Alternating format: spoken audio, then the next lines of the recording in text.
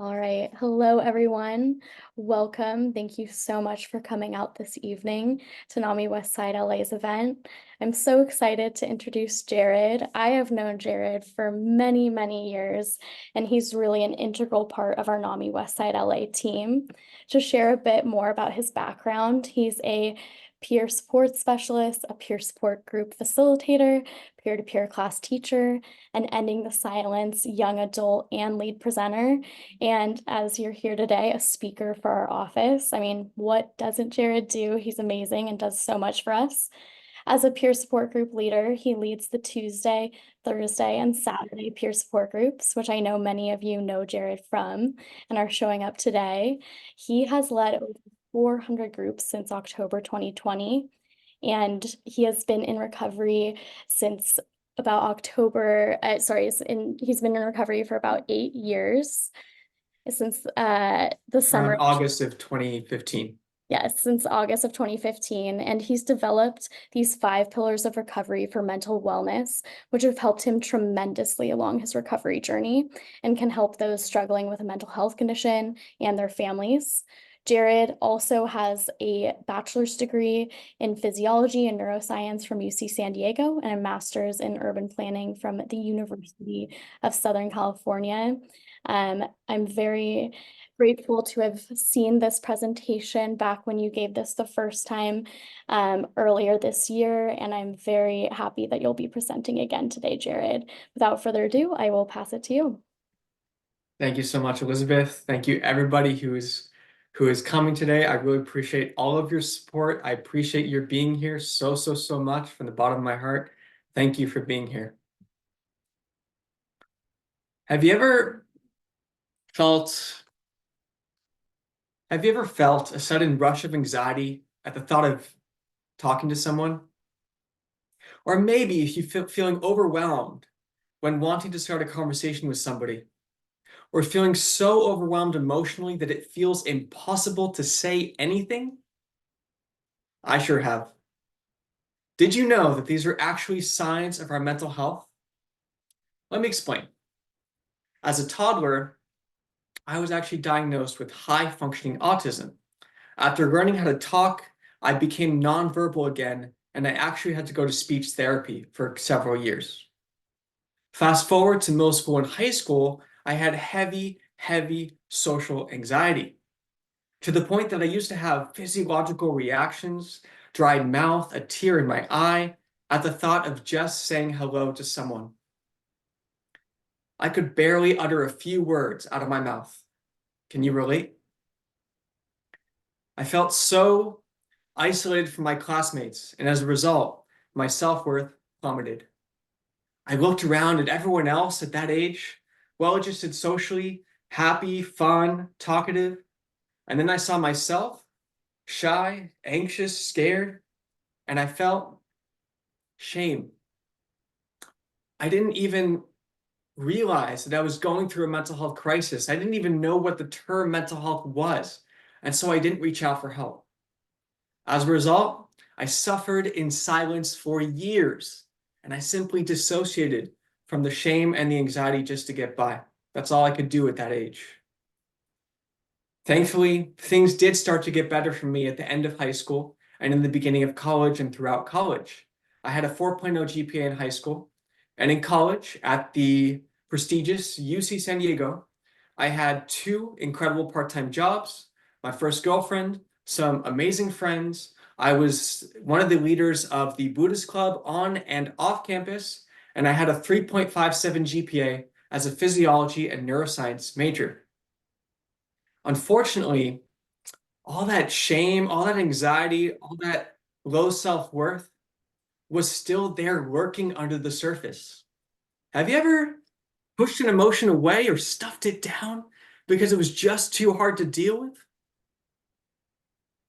For me, it wasn't 10 minutes of pushing it away. It was years and years, maybe even decades of pushing certain emotions and certain feelings away because I just couldn't handle the emotions. In high school and college, I was always able to keep myself together by focusing on school. But suddenly, After college, I was thrust into a new world without any structure or direction for my life. In 2013, I moved back to my parents' house, to my childhood home, where I lived between 2013 and 2015. During this time, I became more and more socially isolated and more hopeless about my life.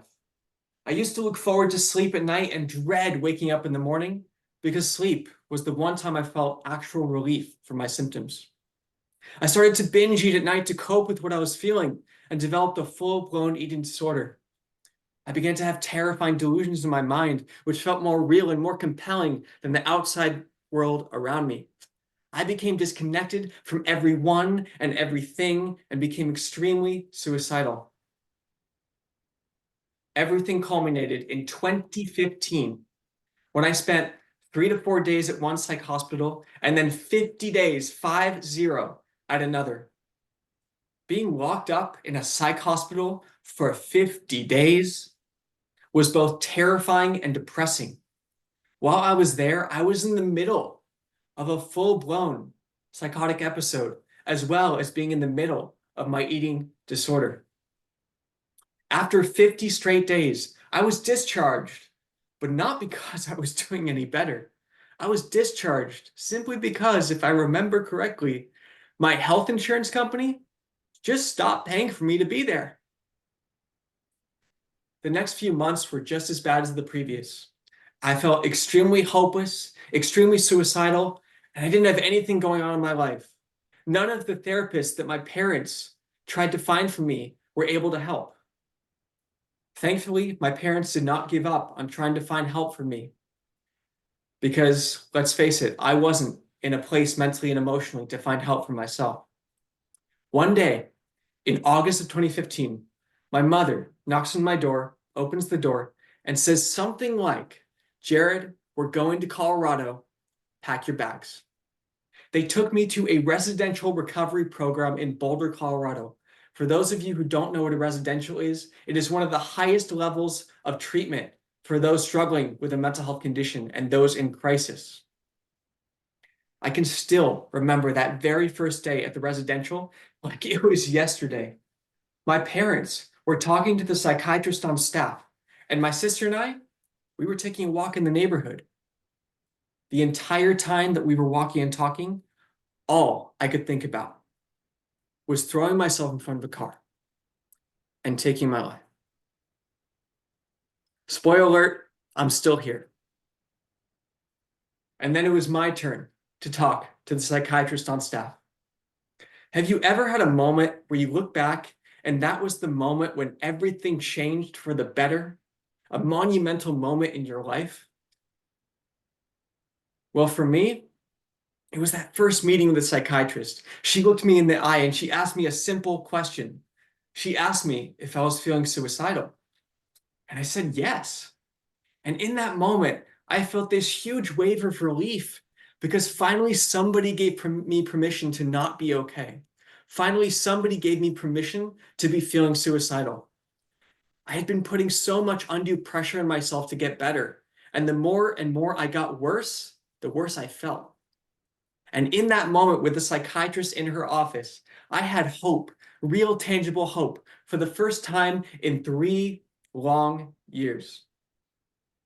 While I was at the residential, I got on the right medication to stabilize my brain, overcame my eating disorder, and started to pick up the pieces of my life and create a new life for myself. What I remember the most is the tough love and support from the staff, the nurse, the therapist, and the psychiatrist. And they were super instrumental in my recovery. To put it frankly, the residential program in Boulder, Colorado saved my life. And I don't know if I would be here without that experience. After about 4.5 months at the residential, myself, my parents, and everybody at the residential all agreed that I was stable enough to move on to the next phase of my life. In late 2015, early 2016, I came back to West Los Angeles. My parents helped me to find a studio apartment, and I enrolled in a single class, a Japanese class, at Santa Monica Community College, where I would go on to get, in 2017, an associate's degree. Then, In 2017, I actually got a Dean's Merit Scholarship for half of my tuition at the University of Southern California to attend their master's program in urban transportation planning. And I got my master's degree in June of 2019. Having that structure as SMC and USC day after day, month after month, year after year, being able to focus on homework, essays, projects, and exams was exactly the type of structure that I desperately needed along my recovery journey, and exactly the type of structure I didn't have after graduating from UC San Diego in 2012. Between 2016 and 2019, I was able to focus on school, build a new social life for myself, and focus on my continued recovery. In 2019, in the summer, after graduating from USC, looking to add some structure into my life and make some new friends, I looked up mental health support group Westside Los Angeles, and I found NAMI West LA. And I went to my very first support group at the D.D. Hearst Center in Culver City off of Sepulveda Boulevard.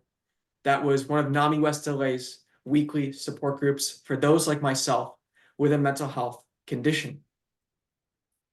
I ended up attending these support groups religiously for a year to a year and a half. And then in the summer of 2020, I got trained to become a peer support group facilitator for NAMI West LA. And from the summer of 2020 to now, I've been working as a peer support group facilitator, Ending the Silence Youth and Lead presenter, where we go into middle schools and high schools and talk to teenagers about mental health and stigma, peer-to-peer class teacher, where we have an 8-week curriculum and we help adults in recovery from one or more mental health conditions, speaker, and since April of this year, full-time peer support specialist.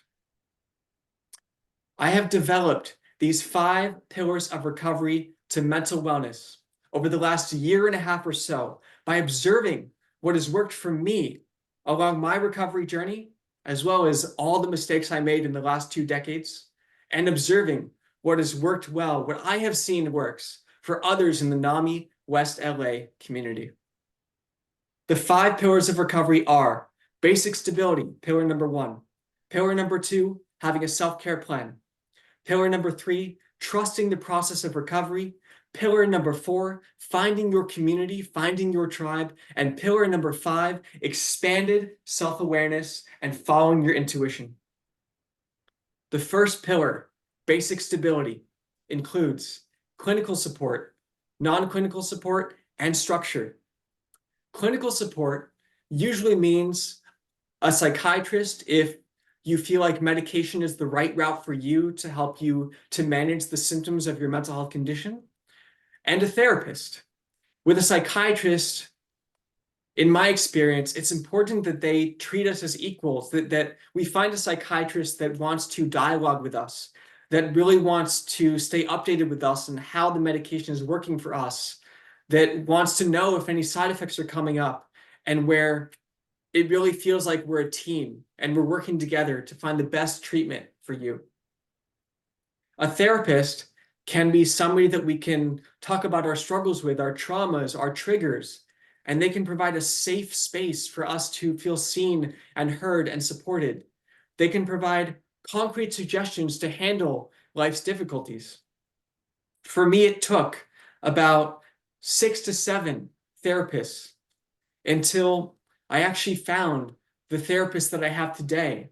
And he's somebody where I can truly express my raw emotions as they come out, and I feel safe, and we're really able to tackle issues and work through things that I'm struggling with. So I would encourage you, when it comes to finding a psychiatrist and finding a therapist, to not give up and keep trying until you find the right match for you. As much as clinical support can help us, let's face it, we usually only have 1 session a week with a therapist, maybe 1 session every couple weeks with a psychiatrist. That is why, for all those other times, because let's face it, mental health doesn't just take a holiday when we're not in a therapy appointment. For all those other times, that is when we need what I like to call non-clinical support. And this could be friends, family, whether it's family by blood or family by choice. This could be a life coach or a mentor or a sponsor if you're in some type of 12 steps program. In my experience, having family or friends or a mentor to vent to talk to, can make me feel so much less alone and so much more supported along my recovery journey. Sometimes it's enough to have somebody listen so deeply and profoundly to my struggles and for me to feel seen, heard, and supported. I would encourage you on your worksheet to ask yourself and to write down one way that you could expand your support system. Just one way that you could expand your support system, because you truly do deserve to get all the support that you need. The final aspect of this first pillar is structure.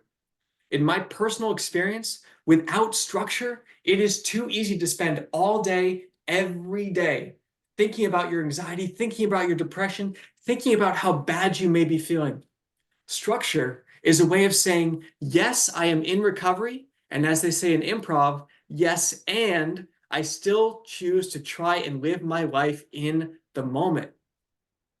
Between 2013 and 2015, which were the absolute dark years of my life, I made the mistake of myopically focusing all the time on the parts of me that I thought were wounded, the parts of me that I thought were broken, the parts of me that I thought needed fixing. And I forgot to actually live my life in the moment and to have goals and to be working towards things. And because of that, I was just focusing on the negative all the time. And I believe that's one of the reasons why my mental health deteriorated so badly. And that is why I advocate so passionately for structure as part of basic stability. There are so many types of structure that you can choose for yourself. You could volunteer at a soup kitchen or an animal shelter. You could go to a support group once a week. NAMI West LA has 4 support groups a week for adults living with a mental health condition. You could go to school or go back to school, and you could even work, whether it's an internship, part-time, or full-time. If it feels overwhelming at first, take it slowly. Volunteer just once a week for a couple hours. Or if you're in school, you could take one class per semester. And if you want to work, you could do a low pressure internship for just maybe 5 to 10 hours a week, where you're not overwhelmed, but you still feel satisfied and fulfilled by what you're learning and the fact that you're working. If you do go back to school or go to school, just remember that for adults with a mental health condition, many schools do offer accommodations, such as later due dates for homework, essays, or projects, or later or longer times to take exams. And if you enjoy what you're doing at school, the following semester you could take 2 to 3 classes and eventually a full class load. There are so many ways that you can add structure into your lives. I would invite you now on your worksheet to write down what type of structure that you could envision for your life today. Not 2 years from now, not 5 years from now, today, as you are, what type of structure you could envision for yourself. The second pillar of recovery is having a self-care plan. This includes cultivating your mental, emotional, and physical well-being, having coping skills that you can use when in distress, and having just one non-negotiable, consistent self-care tool that you can use on a daily basis. Having a self-care plan, cultivating our mental, emotional, and physical well-being is extremely important. It's important that we approach self-care with intentionality and focus so that we really think through, how can I take care of my mental well-being? How can I take care of my emotional well-being? How can I take care of my physical well-being on a daily basis, and even my spiritual well-being? Because if we bring intentionality to the process, we are more likely to actually take positive action every single day. The second aspect of this second pillar is having coping skills to use when in distress. The great boxer Mike Tyson once said, "Everyone has a plan till they get punched in the mouth." And the reason that I bring this up is because as much as we can plan, as much as we can be intentional about our self-care, life is still going to happen to all of us. And sometimes stresses are going to hit all of us at the worst moments. And it's in those moments that we need to have just a few coping skills, coping strategies that we can use to get ourselves from a moment of panic and distress to a level of at least relative calm so that we can start to think about the situation and figure out what to do next. Oftentimes, when I'm in distress, I like to rate myself on a scale of 1 to 10, where 1 is I'm super calm and 10 is I'm stressed out of my mind. And it does happen sometimes. And it's in those moments that I use coping skills like venting to family, venting to friends, reaching out to my mentor, reaching out to my therapist, calling a warm line. For those who don't know, a warm line is a free service that usually employs peer support specialists like myself, or sometimes even licensed therapists. And you can call for free and talk to somebody on the phone and get support. Another one of my favorite coping skills when in distress is I take out my phone and I open the voice memo app. I'm guessing most of your phones are going to have this app. And I will literally just press start recording, and then I will just vent to myself 5 minutes, 10 minutes, 20 minutes, 30 minutes, until I get myself down from a 10 out of 10 on the distress scale to a 6 or a 5. And there's this funny thing that happens when I do this is that by the time I'm 20 minutes in, I realize what the trigger was. I realize what the underlying emotion was. So I would invite you to identify the coping skills that you can use when you are super stressed out. And if you want to, you can even write them on a piece of paper or write them on an index card and keep that index card in your pants pocket, purse, or wallet to be reminded of the coping strategies that work best for you. Finally, the last part of this second pillar is having just one non-negotiable self-care tool that you can use every single day. This should be something that provides you with an anchor for your recovery, that provides you with a strong foundation. It should be something that feels good to you, that comes naturally, that you feel good doing. For some, this could be working out 4 to 5 times a week. For others, it could be some form of creativity. For me, it's journaling. When I journal, it helps me to regulate my emotions, reflect on my life, and it gives me a sense that I'm on some type of journey filled with greater meaning and purpose. I would invite you on your worksheet to ask yourself if you already have a non-negotiable self-care tool that you use every day, and if not, to think about something that you could possibly try. Because having this one non-negotiable self-care tool, having an anchor for our recovery, in my experience, is incredibly important and incredibly beneficial. This third pillar of recovery is trusting the process of recovery. When I talked about journaling, one of the things I didn't mention is that it helps me to notice those small moments of success every single day. And as in journaling, when we notice those small moments of success, it indicates to our inner selves that we are moving in the right direction. The more that we do this, the more that we pay attention to those small victories every day, the more momentum we build on our recovery journey, and the more faith that we build in ourselves and in the process. The Chinese philosopher Lao Tzu once said, "The journey of 1,000 miles begins with a single step." Even the longest and most difficult of journeys has to start somewhere. We must start from where we are and move forward courageously every single day. I'd be lying to you if I said that it doesn't mean that we're not going to have bad days and setbacks. But what it does mean is that when we do have a bad day or setback, we pick ourselves up and keep on moving forward. Write down this affirmation on your worksheet. Trusting the process leads to progress. Again, trusting the process leads to progress. Okay, you can stop writing now. In my experience, when I make progress, it gives me a sense of fulfillment, and it gives me a feeling that I'm doing well in my recovery journey, and gives me the confidence that I need to keep on pushing forward even when things get hard. I'd like to share one example of trusting the process that will provide more clarity on this pillar.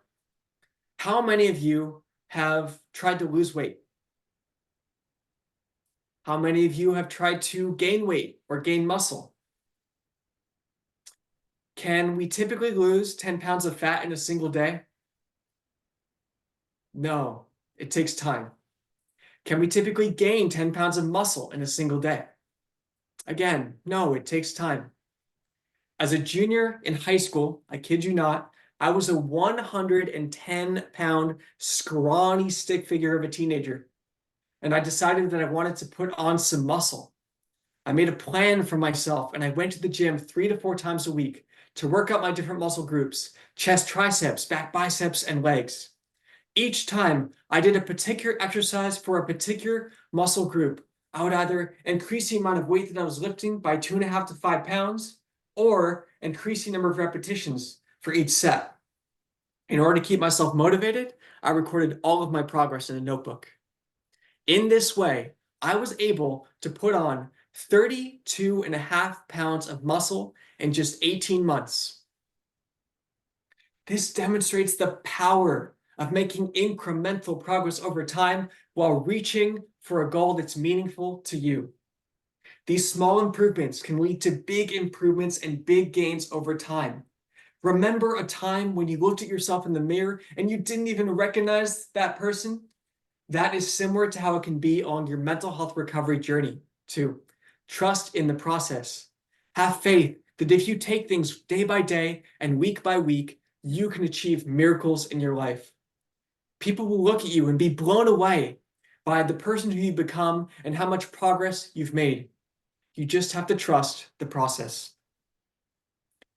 The fourth pillar of recovery is finding your community, finding your tribe. This could be anything from a meetup group to a support group in your area.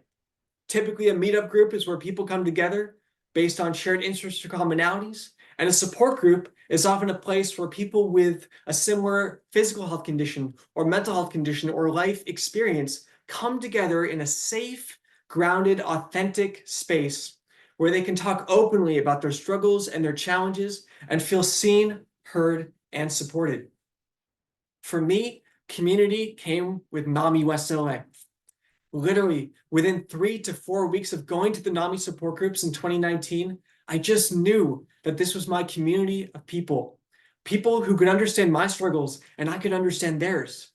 I didn't have to be ashamed or embarrassed to talk about my mental health struggles. In fact, it was encouraged for me to share openly about what I was going through, and people could often understand and relate. My call to action for you is this, and this is on your worksheet as well. Spend just 5 to 10 minutes this week doing an internet search for a meetup group or a support group in your area and make a commitment to attend at least one group one time. Because I promise when you do find the community that is right for you, it is so beneficial in so many ways. Remember, alone we are strong, together we are stronger. The fifth pillar of recovery is expanded self-awareness and following your intuition. This includes knowing your strengths and your talents, as well as your gifts and your challenges, and using the power of your intuition to guide you toward your deepest dreams and your soul's purpose. This fifth pillar, however, cannot come before the first two pillars of basic stability and having a self-care plan. But once you have these first two pillars taken care of, this fifth pillar can add so much richness and fulfillment into your life. Knowing what your talents are, what your strengths are, as well as your struggles and your challenges, can help you to figure out what you want to do with your life, as well as what you emotionally gravitate towards. You can meet amazing people and have incredible experiences along the way, and everything that you went through will have deeper meaning for the first time. There are so many ways that we can expand our self-awareness. For example, we can talk to friends, talk to family, ask them what they think our strengths and our talents are, ask them what they think our personality is like. I once asked a good friend of mine what he thought were my top personality traits, and he gave me a list of 8 to 10 traits, and some of them I knew, but some of them were a little bit surprising to me, but they gave me a sense of self-worth and self-confidence because this is what a close friend of mine who I trusted saw in me. You can, of course, also talk to family. You can talk to your life coach or your mentor or your sponsor or even your therapist, especially if you have a long-standing relationship with your therapist or life coach or sponsor. They've probably had the chance to get to know you over many, many months and maybe even many, many years. And so they probably can give you some wonderful, fantastic insight in terms of what they see in you and your strengths as a human being.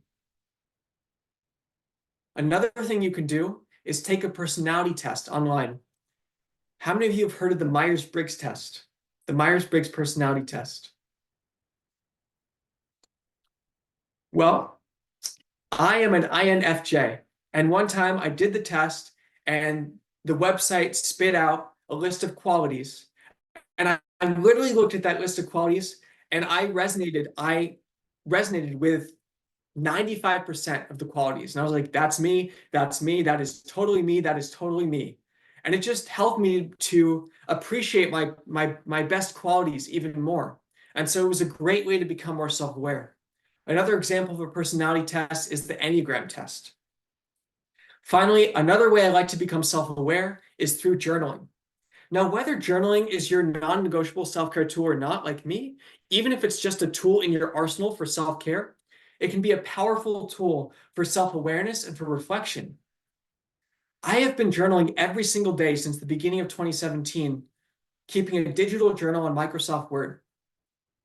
And sometimes just the act of sitting down at the end of the day to process my emotions, to process my thoughts, to process my life experiences, and to think about what happened helps me to understand myself better and become more self-aware.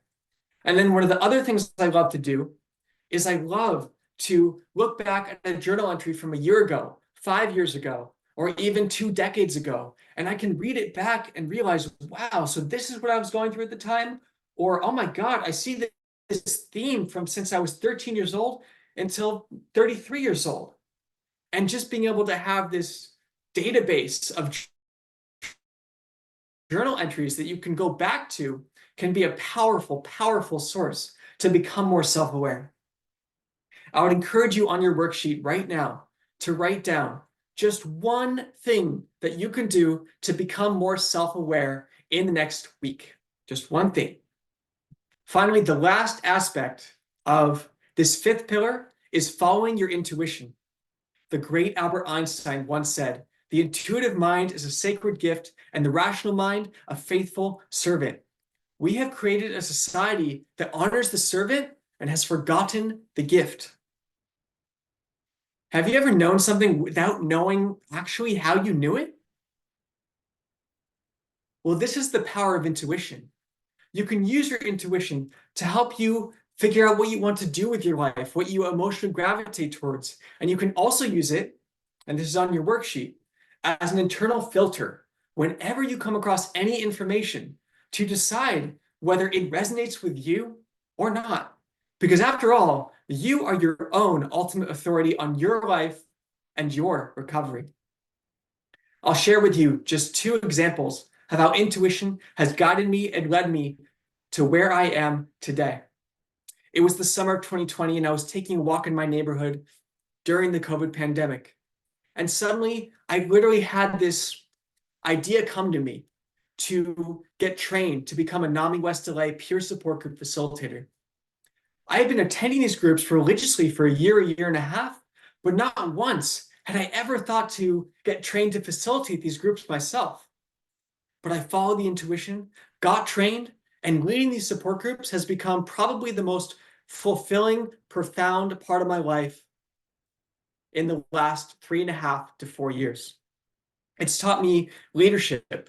It's taught me responsibility to show up day after day after day. It's taught me communication and patience and compassion and so many other qualities. And not only that, but there's something in the mental health field called the helper principle, which says that the people that are helping others sometimes get more benefit than the people being helped. And I can say that this applies to me 100% as a support group facilitator. And it was my intuition that led me to that opportunity. The second event happened in late 2020. I was at a FedEx store one day and I turned my head to the left and I saw a bookshelf against the wall in the far right-hand corner. And immediately my eyes went to this book written by the curator of TED Talks, Chris Anderson. This book right here, all about public speaking. And in that moment, I had this intuitive knowing, this certainty that I was supposed to pick up that book, read that book, and learn how to become a public speaker, which led me to joining a Toastmasters club in early 2021, to joining 2 more Toastmasters clubs this year, to participating in the last 2 Toastmasters international speaking competitions, making the second round both times. And it's led me to this very moment with you all here tonight. Public speaking was not something that I had been thinking about at all. It was not something I had been consciously thinking about doing. But when the intuitive hit came, and I like to call them intuitive hits, it was completely random and unexpected. Your intuition can help you to become aware of the next steps that will bring you closer to your deepest dreams and your soul's purpose. And then, when you take what I like to call enlightened action, you move your life forward in a way that brings you closer to your deepest dreams and your purpose, and to greater happiness and fulfillment. That is what your intuition is designed to do. It is designed to guide you towards your most authentic life. I hope I've given you several ideas to think about more, as well as several action steps to take in the next week. These 5 pillars of recovery to mental wellness have helped me tremendously along my own recovery journey, and I truly, truly believe that they can help you or a loved one as well. Recovery can be difficult at times, but no matter what, don't give up and keep on moving forward. You will look back at who you used to be 2 years from now, or 5 years from now, and you will be blown away by the person who you've become and how much progress you've made. I would like you to ask yourselves these 2 questions, which are on your worksheet. Question number 1, where am I along my recovery journey? And question number 2, what step do I need to take to move my life forward? Remember, recovery from a serious mental health condition is possible. And hope, what I like to call the ultimate currency of life, is real. Thank you. Thank you so much, Jared, for sharing your story and your 5 pillars of recovery. I'm going to go ahead and turn it over to our audience and see if we have any questions for Jared. This is now And Elizabeth, do I assume the internet was good this time? Yes, it was great. Excellent. Yeah. All right. So I'm going to unpin you, Jared, and turn it over to the group. Please either raise your hand, and Debbie, I see your hands up, or you can drop a question in the chat.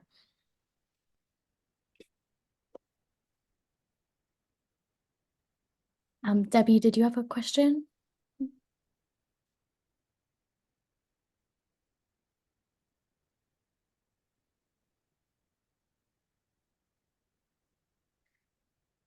Hi, Garrett. I see you waving. Well, I can get it kicked off. Or, oh, I see Millie, you have a question. Yeah, hi. Firstly, thank you so much, Jared. I really appreciated hearing everything and learning more about your personal journey. I like what you said too about like trust the process. What kind of advice or reminders do you have for yourself or for us when we're getting really impatient with trusting the process? Or like if we've been doing really well and then there's like a setback and we're like, like I thought I was better. Because I feel like I keep kind of running into that. Yeah, sure, absolutely. What I would say, first of all, is sometimes I don't even realize I'm being impatient. And then once I realize I'm being impatient, it's a little bit easier to become patient, because then I'm aware of the fact that I'm not being patient right now. But another thing I would add, and I still have to remind myself of this, just in the last month, I've had 2 periods of 3 to 4 days, maybe even 3 to 5 days, where I was in a setback. I was in a bad part of the recovery journey. And it's so hard to be in that space and to remind oneself that this is just the bad day or the setback before another leap forward. And so whether you write it down or make a note on your phone, just do something to give you that visual reminder of, okay, hold on, step back, wait a minute. I think I'm in one of those bad days or setbacks, because recovery isn't like this. Recovery is like that. So I think just the awareness of, okay, I'm in that bad period. I know from past experience that this gets better, and I'm gonna get through this.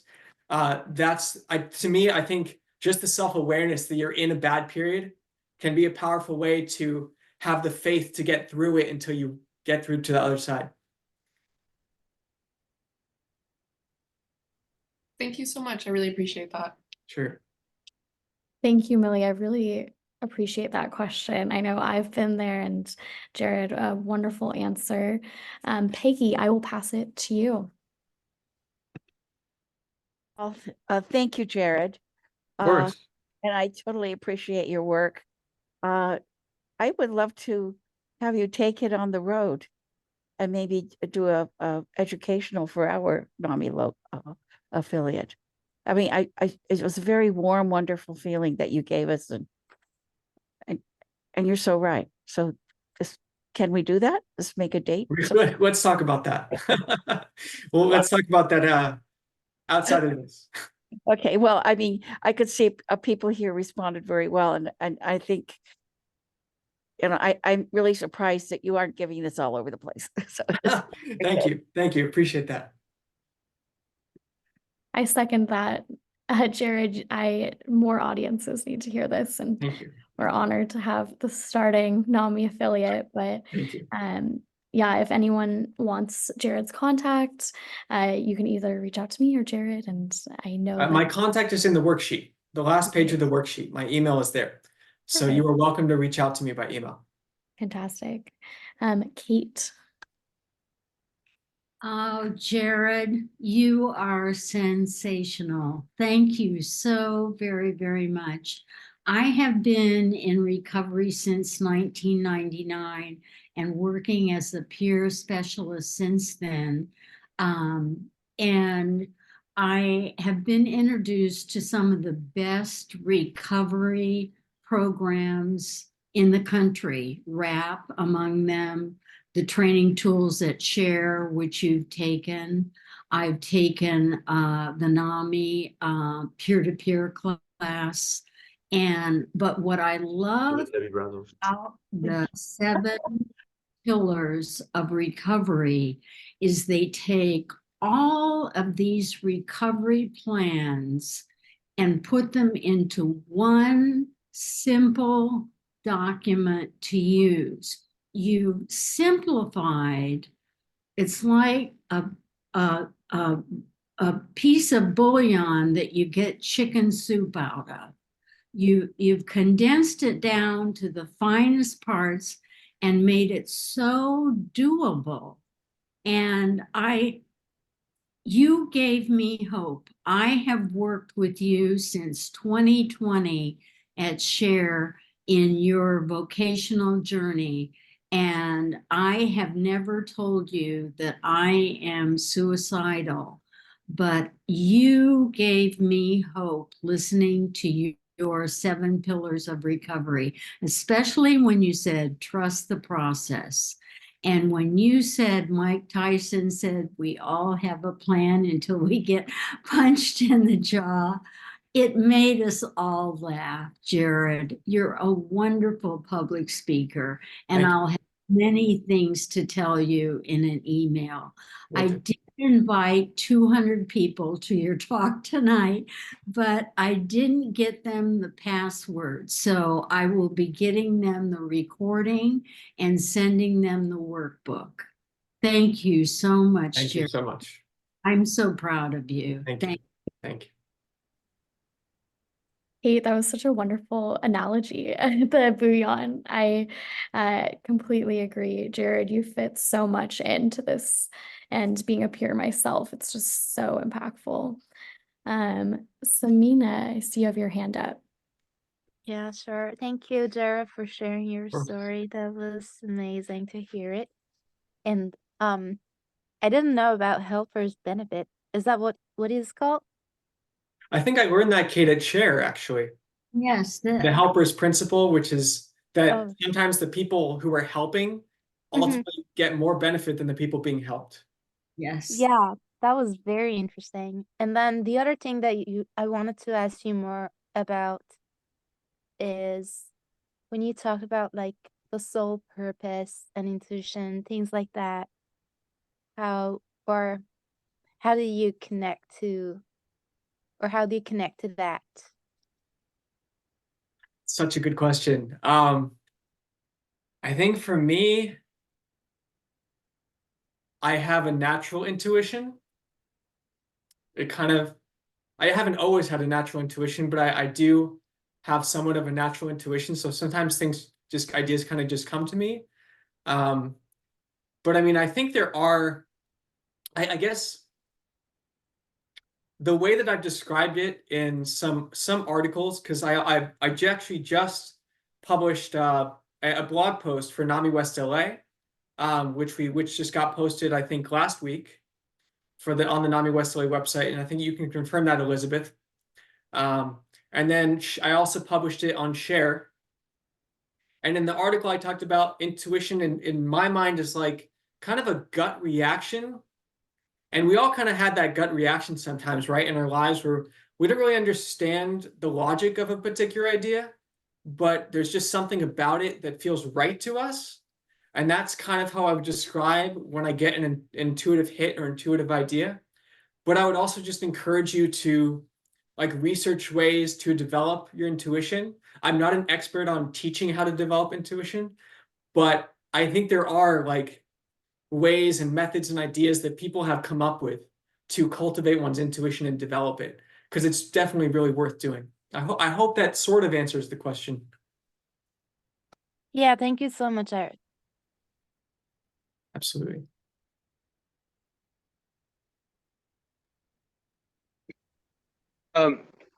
Hey Jared, I just wanted to say how awesome this was, and it's cool. We've spent like a bunch of time together with Nami, and we're like, well, and you've kind of like hinted and given me taste about some of your experience and what else you're involved in creating, and I never really got the I never really got the juice till now. I'm like, whoa, Jared is a deep and layered man, and he's been through a lot and has a lot to share, which I already knew, but this was honestly like you're very humble about it. So very soft spoken about what you've gone through. So I just really appreciate being on this team with you.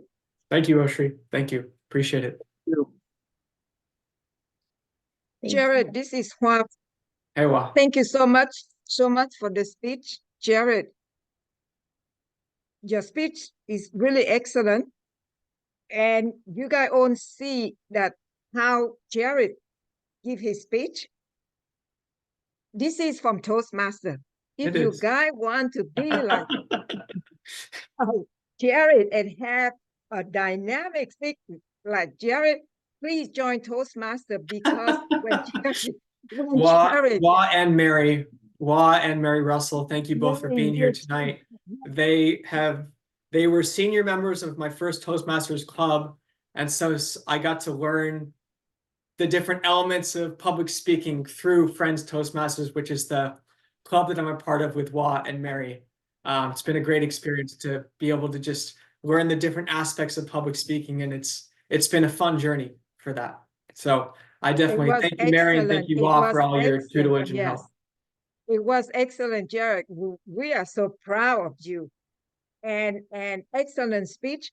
I have a question. During your speech, you mentioned about taking class and go help others.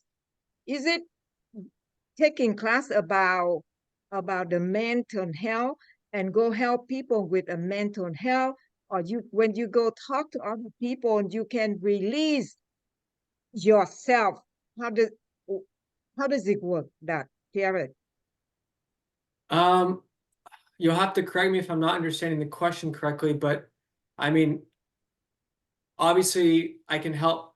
Part of the reason that myself and Garrett and Oshri and others can help others is because we have our own personal lived experience.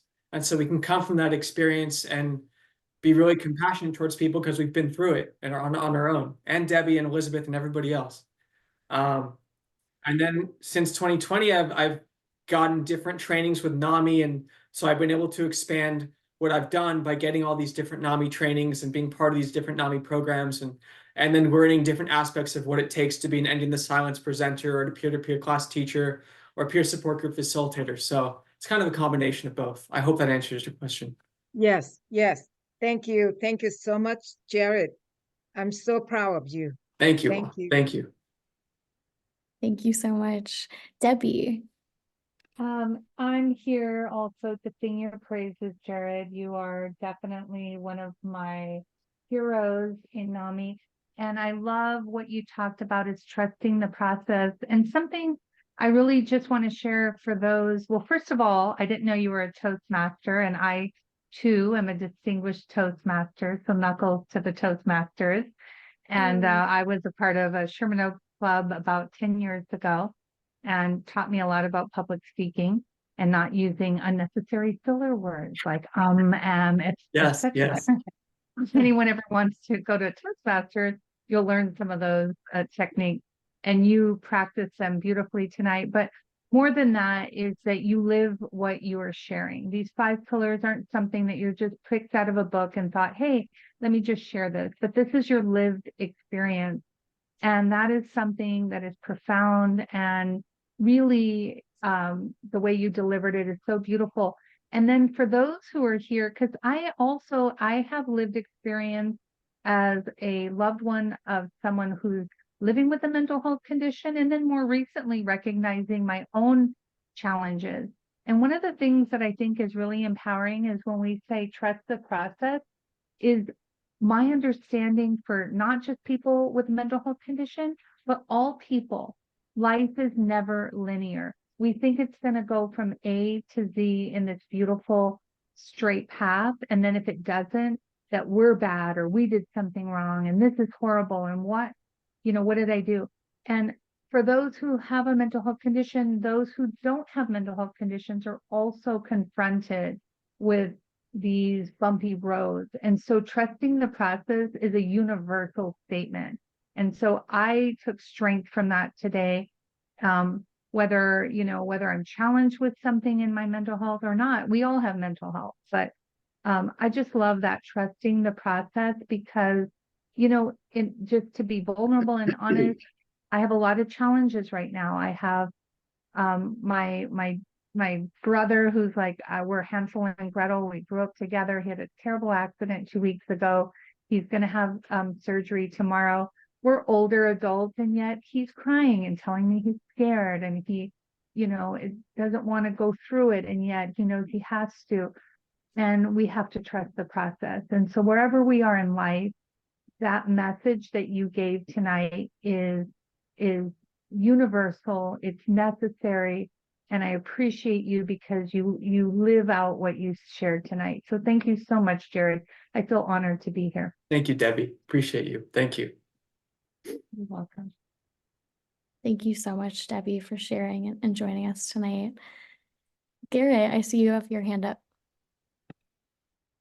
Hi, everybody. Jared, glad I showed up to represent, to support you tonight. There was a couple of words that I wrote down to describe you, how I think of you. I think of you as inspirational. I think of you as intuitive. I think of you as articulate. I think of you as a man that has experience and wisdom to share. I think you're a winner, Jared, and I'm so honored to know you.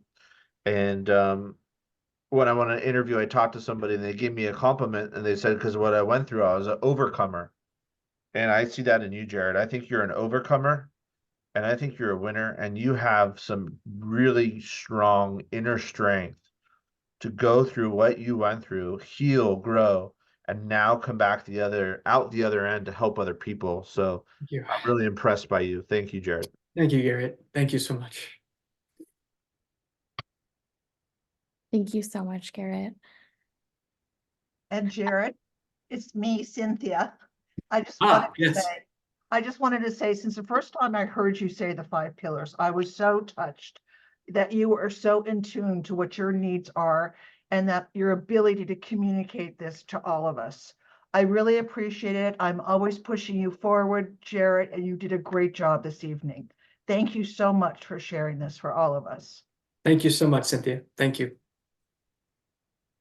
Jared, I hope you're feeling all of the support I on am. tonight. There's I there's am. a I lot of am. fans. It's a Jared fan club, and we're all part of it. Any last questions for Jared or regarding the 5 pillars? I put your blog post in the chat, Jared, so if Awesome. anyone wants to read that. Also in the chat, I'm putting a Google form.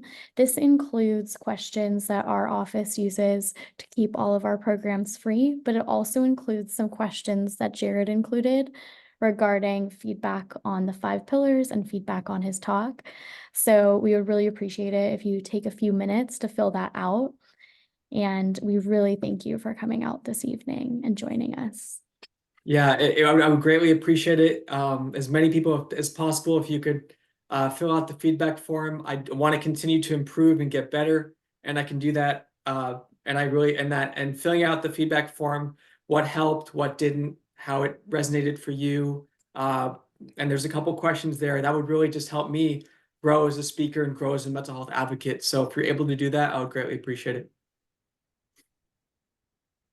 Jared, this is Mary. I Hey, just want Mary. you to know I'm very proud of you. I mean, I was at least 30 minutes or a little longer, and it's the first time I've heard you give a 30-minute speech with absolutely no filler words. So congratulations on that. And I also want you to know I have a full-blown evaluation for you when I talk to you the next time. Okay, So, okay, and it's sounds very, good. very, very, very positive. Okay. Very, very positive. So great job and congratulations to you, Jared. I'm Thank you really so proud much. of you. Thank you. Thank you, everybody. Really appreciate everybody. Thank you. And yeah, you're welcome. The blog post Elizabeth put in the chat. It's a NAMI West LA blog post and kind of summarizes. You have your worksheet. You have the worksheet to keep, but the blog post kind of summarizes the 5 pillars kind of succinctly, a paragraph or 2 for each pillar. So check it out if you'd like to as well. Elizabeth, I'm going to ask you if you could put that back in the chat just in case anyone jumped in prior to you course. posting it, because I'm trying to find it with all the praise that Jared's getting. No, that is such a good point. I am putting it in the chat. And for those of you who would like to see more of Jared, he does lead our Tuesday, Thursday, and Saturday support groups. And I will post the links to all of our groups in the chat as well. Those groups are open to anybody who's struggling with a mental health condition. You don't have to register. You just go to the NAMI West LA website, find the peer support groups, scroll down, and then there's a Zoom link for Tuesday. There's a Zoom link for Wednesday, Thursday, game night on Friday, and Saturday as well. So there's no registration required. You just click on the Zoom link when it's time for the meeting, and we let you in. And each group is an hour and a half. And it's a space for folks directly dealing with a mental health condition themselves to get support. And how could I forget game night, Friday game night as well? Friday game night, yep. All right. Thank you all so much for coming. There's a lot of good links in the chat. So before we close the room, please click those so that you can save them. What I'll do once this is posted to YouTube is, since this was a registration event, I will be able to send the link out to folks if that's helpful. So if there's anyone in your network, I can share the link once it's posted to our NAMI Westside LA channel. Thank you so much, everybody. Thank you so much for being here, supporting me. Thank you. I really appreciate it. Thank you, everyone. Thank you. Bye-bye. Thank you, Jared. Bye. Of course. Jared, I